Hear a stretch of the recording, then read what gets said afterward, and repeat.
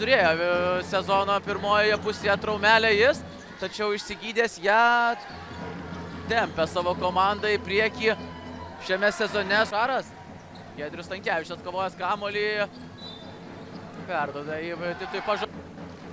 Neseniai prisijungęs prie Omegos komandos persvarą. 11 taškų pranašumą susikrovė jie, likus žaisti kiek daugiau nei pusantros minutės. Kantriai čia žaidžia Omegos krepšininkai, tačiau Titas Pažarauskas perima kamuolį, geras jo perdavimas į greitą, daro tai, ką moka geriausiai. Šis legionierius bėga į greitą puolimą.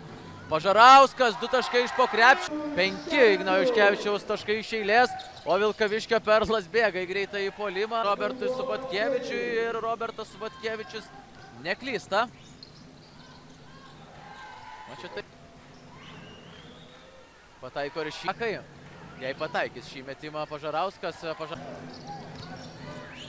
Giedrius Stankevičius dar kartelį iš toli ir dar kartelį. Tai ir rodo, jis skėsčioja rankomis ten prie šoninės linijos.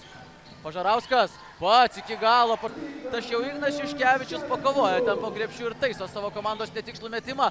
O Pažarausko niekas. Pažarauskas